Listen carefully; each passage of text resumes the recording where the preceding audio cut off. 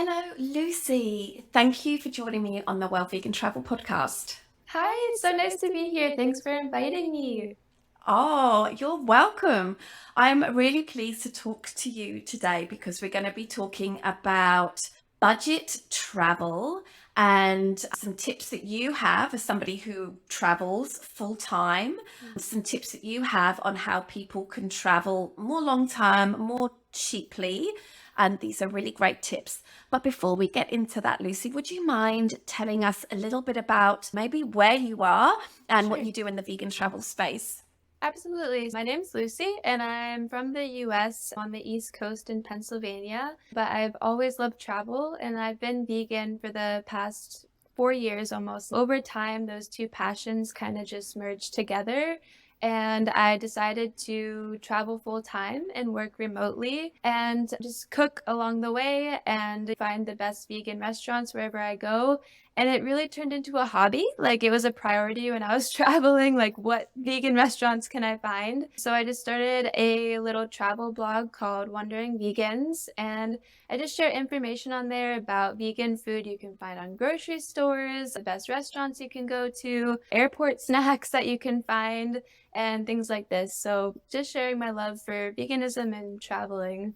Fantastic. And where is it that I'm speaking to you from today?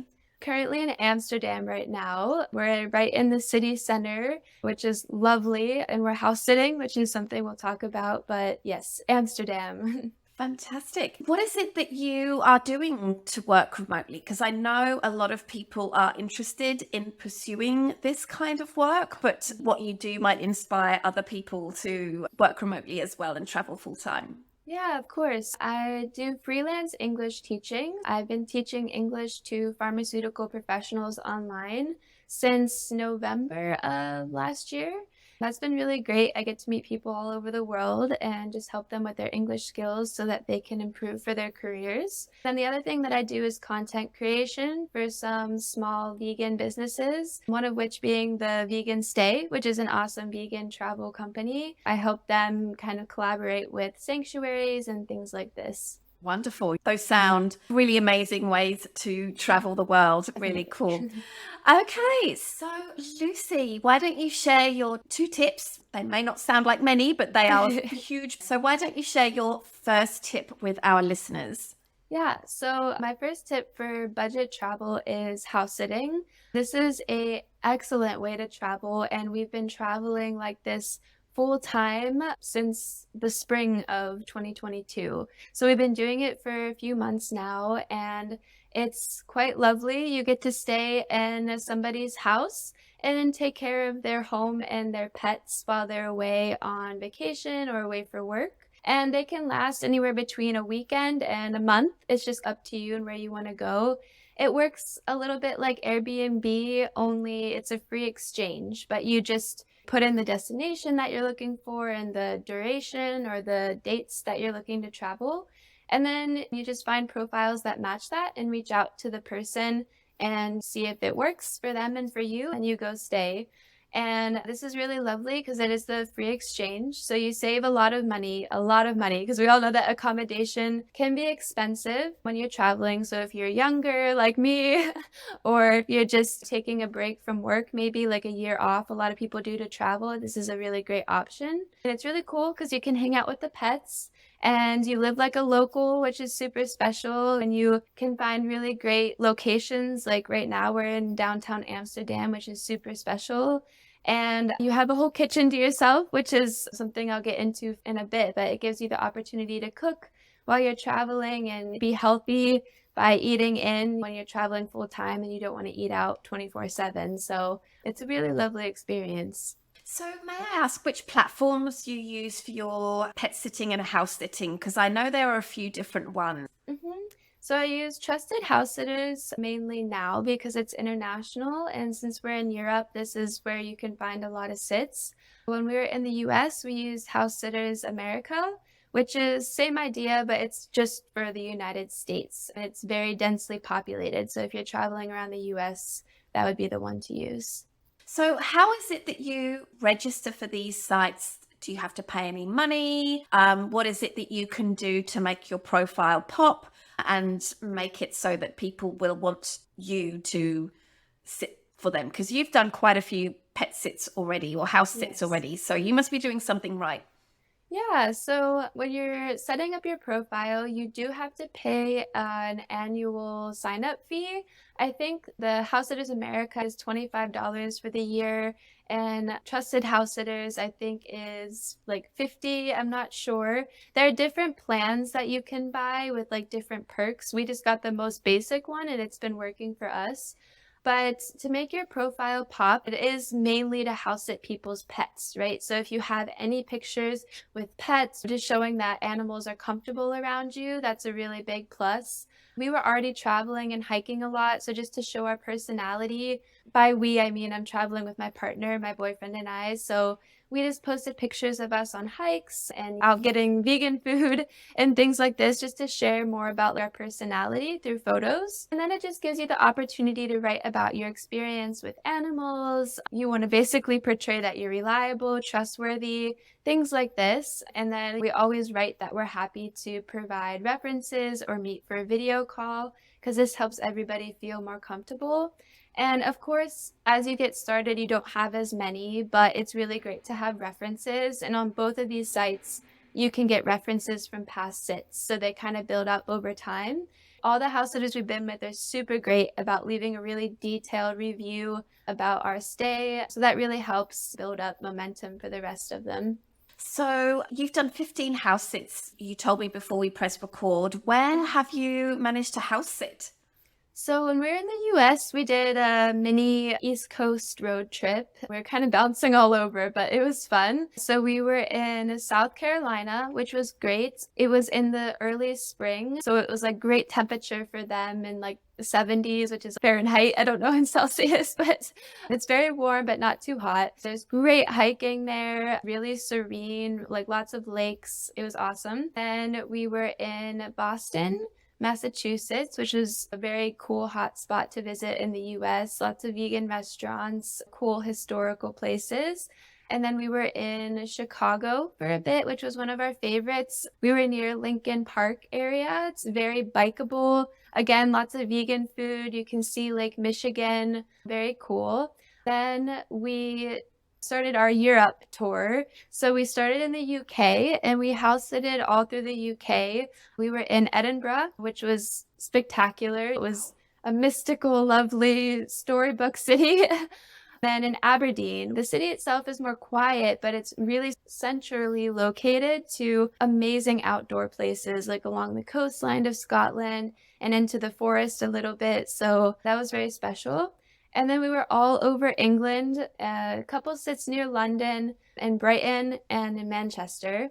And all of those places had fantastic vegan food again and good hikes. The one we did near London in Chesham, it was very serene. We were surrounded by these gorgeous fields and somehow it blew my mind. In the autumn, the grass was still green and lush, so it was very beautiful. We got to go to this old English pub, which for us was very cool. We actually took a hike through these fields at night and went to this old English pub, and it was really cool. Just like a unique experience that a lot of tourists don't get to do, which is a perk of house sitting. You live like a local, and all the locals that you sit for share the most special places that you can go and the places that you should visit that tourists don't usually know about. So that's really cool. Then we went to Switzerland for Christmas, which was again very special. We got to spend New Year's in Interlaken, which is a very popular Wow. Swiss place. That's a good house sit find. Yeah. That's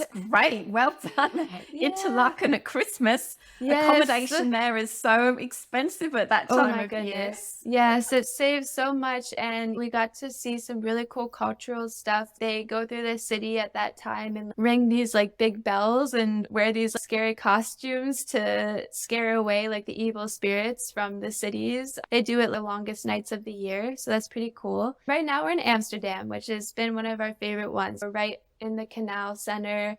And there's lots of vegan food here, lots of shops. Everybody's riding bicycles, even though it's like rainy and windy all the time. So just really special, unique experiences and living like a local, watching the pets. Like every sit we go to, we feel like we're living there. So it's a cool connection to have with every place we go to. Yeah, that really does sound very nice. I'm curious about whether you've ever been drawn to a particular sit. It's not necessarily in a super famous touristy place, maybe because the house is really nice or it looks quite a scenic area. Yeah. I'm wondering whether your house sitting has made you go to parts of the UK, by the sounds of it, or the East Coast in the US that you wouldn't go to otherwise. Yeah, definitely. So if you're traveling full time, you do prioritize certain areas based on things you want to see. But sometimes you just gotta go with the flow and go to a place nearby. Like London, for instance, we wanted to be as close to London as possible, but we were in Chesham, which was like an hour train ride out of the city. And we weren't really drawn to it, but it ended up being such a lovely surprise because it gave us an opportunity to see the English countryside and again walk through the fields at night, which was so weird for us. So see the sunrise every day, and it was just so peaceful, my goodness. So we're drawn to places based on things we want to see. But if we're just kind of nearby, like the Aberdeen sit, there was a lot around Aberdeen if you rented a car that we wanted to go see. So places tend to end up being pleasant surprises, even if you didn't really want to go there in the first place. But when you're on the site, you do look for houses that are nicer because you're going to be there for a few weeks. It's just comfort to you so that you feel comfortable living there. And that the animals too, like some people have horses and stuff, and we don't have a lot of experience with horses, so you stay away from that. So it's just what you want to see, what you're comfortable with. If the owners and you connect, like on the video call, like sometimes it's awkward, so you're like, eh. But other times it's so easy to talk to them and you feel great and comfortable already. So there's just some things like that to take into consideration. But overall, it's very smooth and you end up going to places that you really want to go to if you stay on top of it, stay on the searches, and make sure you're reaching out to people regularly. Something I'm wondering about is whether you're able to get back to back sits, Mm. because I think some people might go into house sitting thinking that every single night they'll be able to be doing a house sit. But I don't know whether that's really practical or possible. So, do you have these funny, like in between sit situations, and Mhm. how do you deal with that? As someone who's trying to house sit and pet sit full time, like how much of the time do you end up having to get an Airbnb or staying in a Mhm. reasonably priced hotel or with friends? This is a really good question, and it comes down to, again, how much you prioritize it and how organized you are. My partner and I are very on top of it, so we like to plan about a month or two in advance. And it also depends on where you're going. Like the UK, the US, Australia, there's so many house sits. You won't have any issue finding one, and a lot of them can be back to back. Now, in more of the EU, where we were in Switzerland, Amsterdam. Our next one's in Budapest. These ones are a little bit more sparse, so you have to be really on top of it. There was a 2 week period where we were messaging people like every other hour because it's a little bit more competitive. So it just depends of how much a priority it is to you and how on top of it you are. But we have been house sitting since the spring, and I would say 90% of those were very easy to find. We weren't like stressed out or anxious about finding them. And 90% of that time we were house sitting. We prioritize it very heavily, and it was not an issue for us to get back to back sits a lot of the time. All through the UK, sometimes we would end a sit and then the next day start another sit. So that was very nice. There were a couple days here and there, like maybe if the sit started a few days earlier or later, we would just have to have an Airbnb or something for a night or two. The longest time we went so far from the spring until now without a sit is a week. And that's actually after this one between Amsterdam and Budapest. But that's the longest we've had without a sit. So it's very easy to do it back to back if you're on top of it and just a little organized about how you plan. We try to get sits that are between 2 and 3 weeks. So it's not too long, but it's enough time to help you relax and plan accordingly, and you don't have to like anxiously find a new place to go every time you're searching. People are very nice. Like, a lot of the sitters we've stayed with let us stay an extra day or let us come an extra couple of days early because they know we're traveling and they're just really cool about, "Oh, you stay another night until you need to leave. We'll take you to the airport the next morning," or something. They're very gracious about it most of the time. Yeah, those are great tips. I'm curious for this week that you don't have between sits, are you still trying to find something to fill in that week? I'm guessing somewhere Mhm. between Amsterdam and Budapest. Like, are you still looking for that and you haven't been successful yet? Or have you just thought, it's okay, I'll stay at an Airbnb? Like, have you quit on that? Yeah, we actually haven't been looking just because we are actually looking to go to Prague. It's a very specific place. They don't have as many sits there, and it's a cheaper country, so we weren't too concerned about it. We'll just find an Airbnb for this specific week and just enjoy ourselves until we go to Budapest. Something I was wondering about is some of the sits that you do or you try to get. I especially like the countryside ones. It must be quite hard with transportation, like getting to the Mm, sit and being able to do stuff mhm, during the sit and leaving the sit. So, yeah. how do you assess whether this is going to be a good sit for you in terms of transportation? So 9 times out of 10, we won't have a car because if we did, we'd have to rent one and that would be expensive, like if you stay somewhere for 2 weeks or something. So we tend to look for places that do not require a car. Usually house sitters will list this if they're in the middle of nowhere. Now, the sits like Chesham, we were in Maidenhead, those sits were kind of more out. But since Europe is blessed with a very good rail system in most places, we made sure that there was still a subway or a train that went from those places into London per se. So it was very easy for us to still get around. Now in Chesham, like the bus schedule, for instance, was a little bit wacky because it was a smaller city. The bus stopped running out to us around 7 p.m. So you just had to be aware of this. And there were still taxis. So if we came back late from London one night, the taxi could take us back up to our house. So this is just something to keep your eye out for if you don't have a car. Like if it's marked must have a car on the house sitter site, just stay away from that. And you can always confirm with the sitter because you usually talk to the sitter before doing these. You would just ask them like, is there transportation? Can I get around? Can I get into the city from where you are? Then they just help you out with it. When we were in Brighton, we were staying about 20 minutes out in Saltine, and we just took the bus back and forth. So most places, especially in Europe, it's easy. Now, if you're in the US, not so easy because there's no public transportation. So if you're in the country, you'll definitely need a car. But there's so many sits in the cities, like in the US, that you would be fine. But countryside in the US, you would definitely need a car. So it just depends on where you are. Do people offering the sit ever offer the use of a vehicle? I'm guessing you would have to be very careful and make sure that you were fully Yeah. covered for insurance and everything. Yes. So some of them have. It just depends on the sitter. Now, we usually don't take anybody up on that offer because we didn't get the international driver's insurance. We do have the international permit, but if we're driving abroad right now, we have to actually go through a rental car service to purchase the insurance like with the car that for the time we're using it. But if you are planning on taking the driving more seriously when you're abroad, then you just have to plan ahead and make sure you get the international driver's insurance. But we just really weren't prioritizing that because we figured in Europe, like most places, again, you can get around by train and bus and whatnot. So it wasn't like a huge priority for us.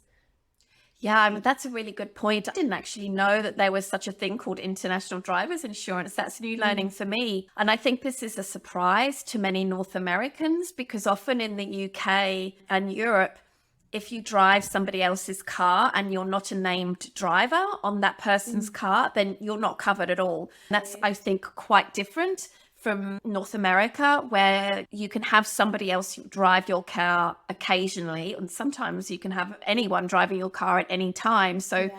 I think some people might think that they can just drive the Mm. house owner's car and assume that they're covered by insurance, but actually they're not. Yeah, it's a Yeah. good tip there. Yeah, I don't know all the details about it, but there is insurance like that in the US, but a lot of people still drive other people's cars anyways. You just have to look into it, and there are plans that cover you internationally. They're just expensive. It sometimes is cheaper just to rent a car and buy the insurance with it if it's a temporary thing when you're traveling. Yeah.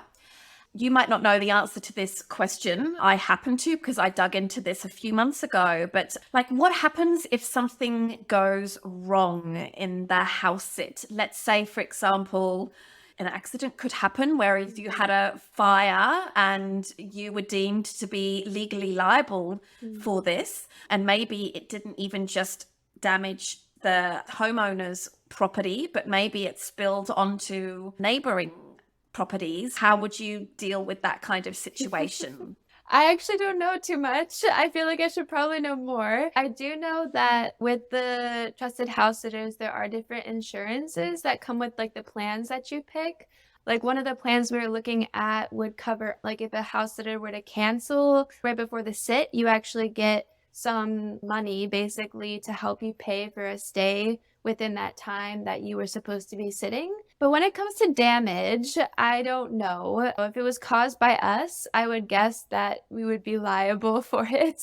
But if it was caused by something else, I really don't know what would happen. I think it would partially come down to the owner, how cool they are with those things. If lightning strikes your house, for instance, like it's not the sitter's fault, but how's the owner going to react kind of thing. So I think it would depend on the person. But when it comes to the actual legalities of it, I'm not too sure.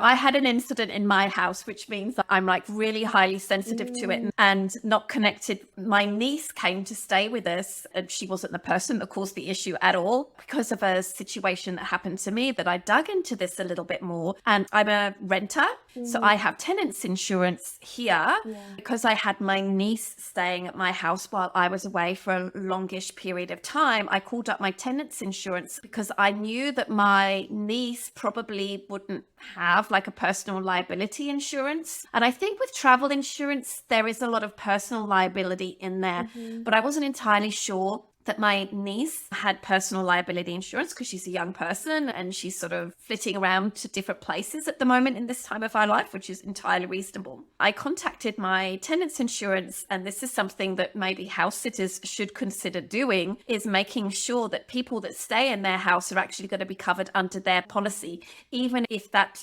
sitter or that person was legally liable for something. mhm, A suggestion for potential house is just to yeah. make sure that should the house sitter become legally liable for some sort of damage, like what would the coverage be? I had a bit of a scare last year, and as a result, I'm like hyper vigilant about these No. kinds of things. Yeah, the thought has crossed my mind. It just doesn't really come up with the sitters or with the owners, but the thought crosses your mind. We've been in apartments where the apartment below us, I can smell like traces of cigarette smoke. So my mind goes to like, oh, like what if the apartment catches on fire or something? So the thoughts have crossed my mind when I like see something. The house that we did in Chesham, actually, it was struck by lightning the week before we came. I was even a little scared Mm. going with electrical things because I get really shaky about that stuff. But they had people come in and scan everything and do all the safety checks. But there's always a chance of something happening. So the thought crosses my mind all Mm. the time. But when it comes down to the technicalities, I don't really know. But that's definitely a good thing that both sides should consider more deeply. It's true. So I actually got my niece as a named insured person on my Mm, tenant's insurance. I didn't have to pay anything more in my case. But yeah, that would be a tip for all sitters and for people having their house sit, because the big issue is I don't care so much if I might slip and fall if I'm a sitter. That wouldn't be too bad, but being on the hook for like $500,000 worth of damage, that is terrifying. So, yeah. Yeah, no, Okay. that's a big deal, and it would really put a dampener on everybody's experience. So, Mhm. Absolutely, yeah. absolutely. So, Lucy, we've talked about ways to get the house sit that you want, but as we know in this day and age, getting the good reviews is key to getting more and better house sits. So, what are some tips that you can share on how to be the best house sitter you can be? Mm, I have yeah. had house sitters, so I know what I would like, but tell us, what do you do? A really big thing for everybody is communication, right? So, like, you're going into these people's houses and, like, it's a trust thing. So, they usually trust us to come into their home, but it's maintaining that trust.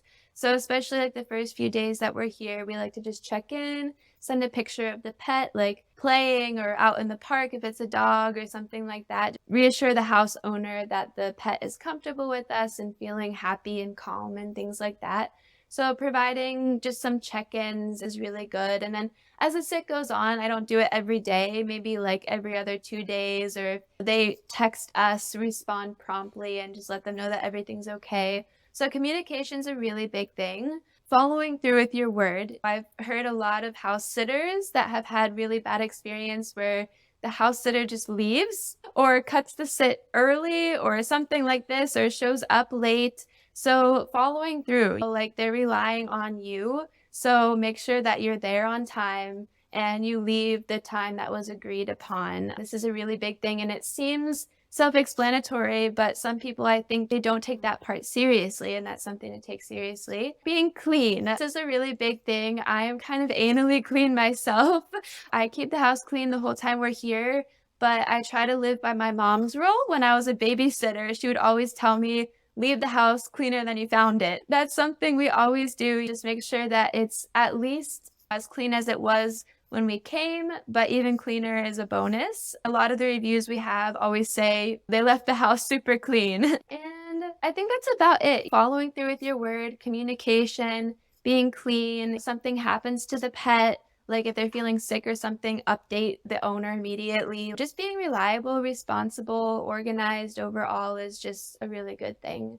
Yeah, those are great tips. I'm just thinking about like I travel with a friend quite often, Mhm. and she just started using Mm. trustedhousesitters.com and she found an amazing sitter and she's just like converted. She wants to use them all the time. But Yeah. before then, she really had some challenges. She just wasn't receiving the information that she wanted that Mhm. was helping her to feel relaxed when she's Yeah. on holiday, which is entirely reasonable. I'm thinking about what a house sitter could do in these situations, like maybe say to the homeowner, like, are you happy with the amount of feedback that you're getting? Do you want more pictures, less pictures? I'm trying to balance this line between like bothering you when you're on holiday, but at the same time reassuring you, what is it that you want from me? I Yeah. think that would probably stop a lot of issues. Yeah.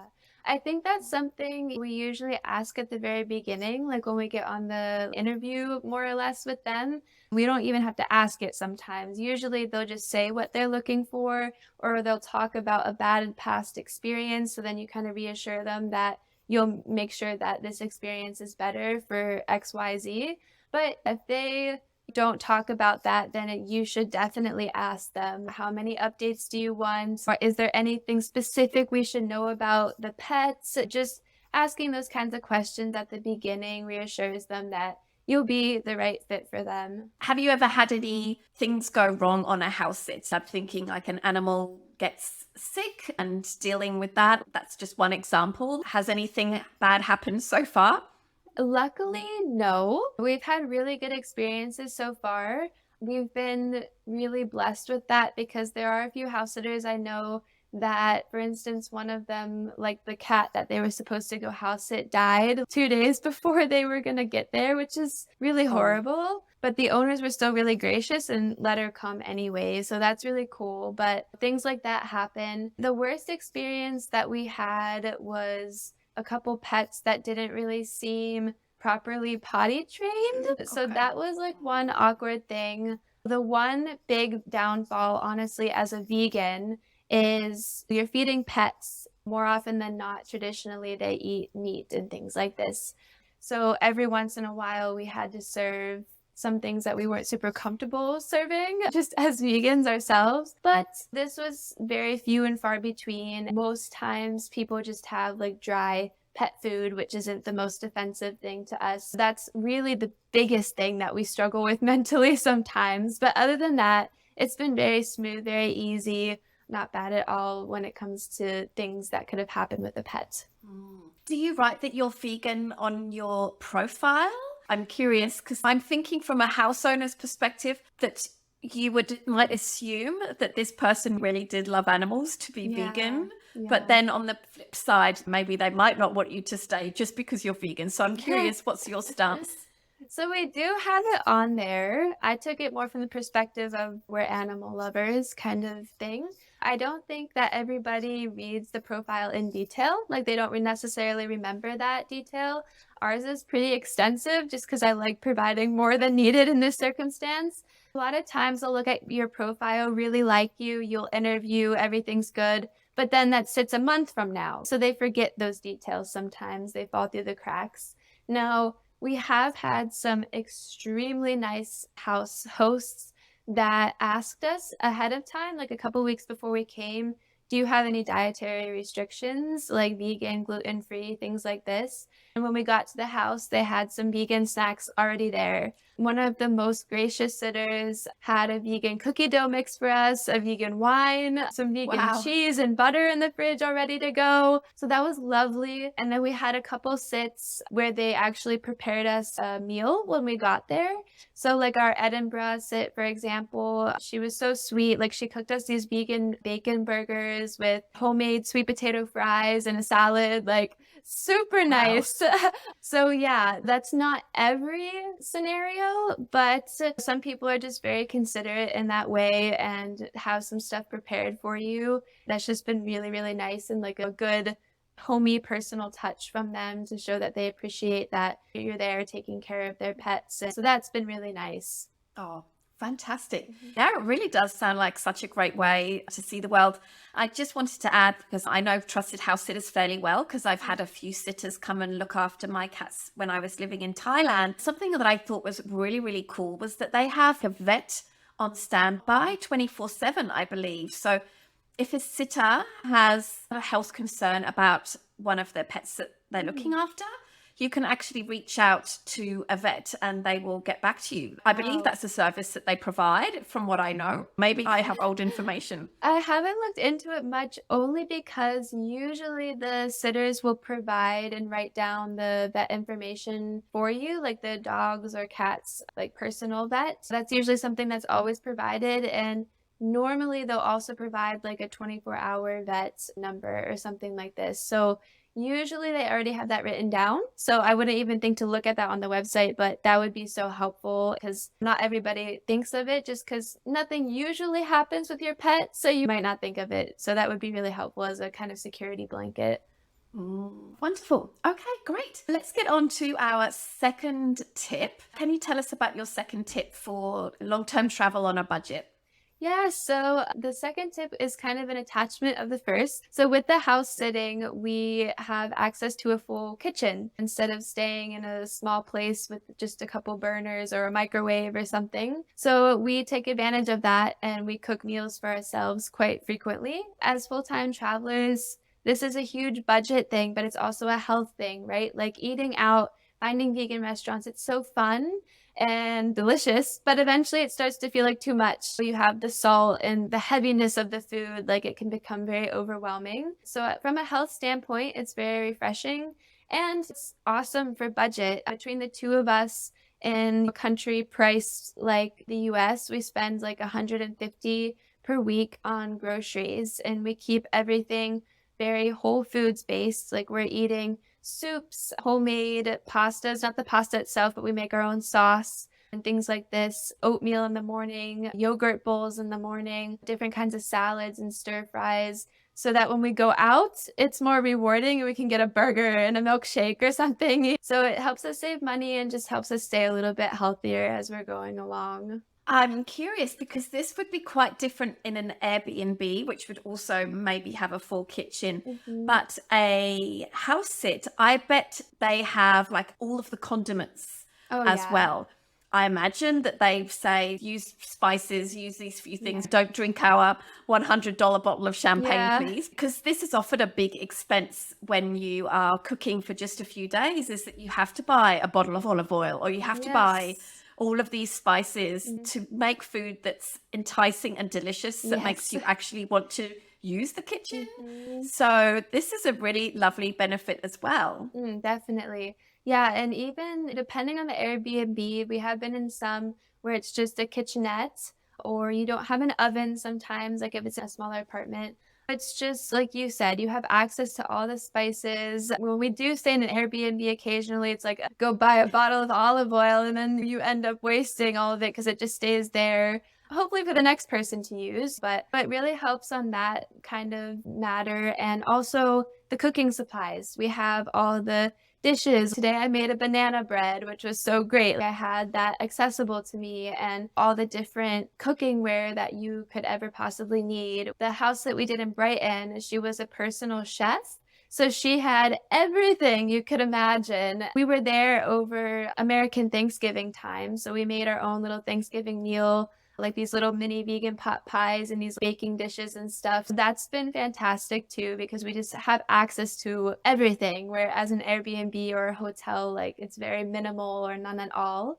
So that's really good. Yeah, it's really hit or miss at Airbnb. Sometimes Hmm. there'll be quite a few Yeah. supplies that you can draw on, but there's absolutely no guarantees. Yeah, it's more clean. Like with the Airbnbs, there's no guarantee that everything's completely clean, but with the house sit, it's more of a guarantee. And if you're still feeling iffy about it, then you can go ahead and just throw everything in the dishwasher that you're about to use for like a second check. Especially with COVID and stuff like that, it's like another added plus where like the Airbnbs, again, even if it says they clean it, you don't know. But if it's your own house that you're staying in for 3 weeks, we usually do an extra wipe down of some of the surfaces because we're living here for 3 weeks and it just helps you feel a little bit safer, like germ wise, with all this crazy stuff going around. So that helps. Yeah. Yeah, I can imagine as well they would probably have other supplies that you can use that are not just like kitchen supplies, like lots of Tupperwares so that you can Yeah. go and take pack lunches and Hmm. like picnic blankets and Yeah.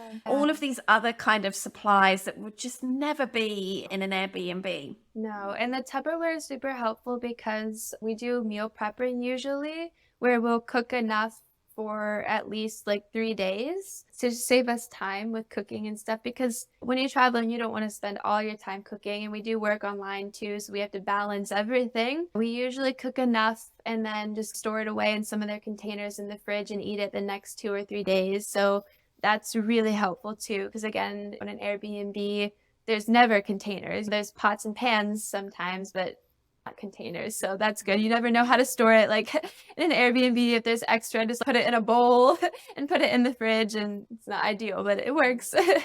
Okay, great. So, Lucy, you have shared, and we've gone really deep into two amazing tips to travel longer term for much less money. Mm. I'm sure people will be interested in following you and checking out your blog posts and all of that. Would you mind sharing all of your platforms with our listeners, please? Yeah, my major platform that I work from is Wondering Vegans on Instagram. And this is truly the one that I use the most. It has all my reels. I post to my stories very frequently. You can find recipes on there. I'm currently in the process of refurbishing my actual blog right now.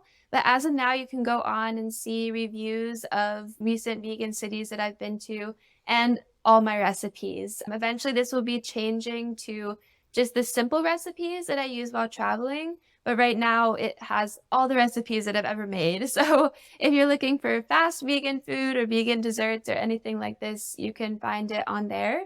It will be changing soon. But if you want to follow me through my travels, Instagram is the best way. I see. All right. Thank you so much, Lucy, for sharing your tips with us today. Yes, thank you so much for having me. And I hope it was helpful to all that want to go on a vegan adventure and save some money. Awesome. Thank you.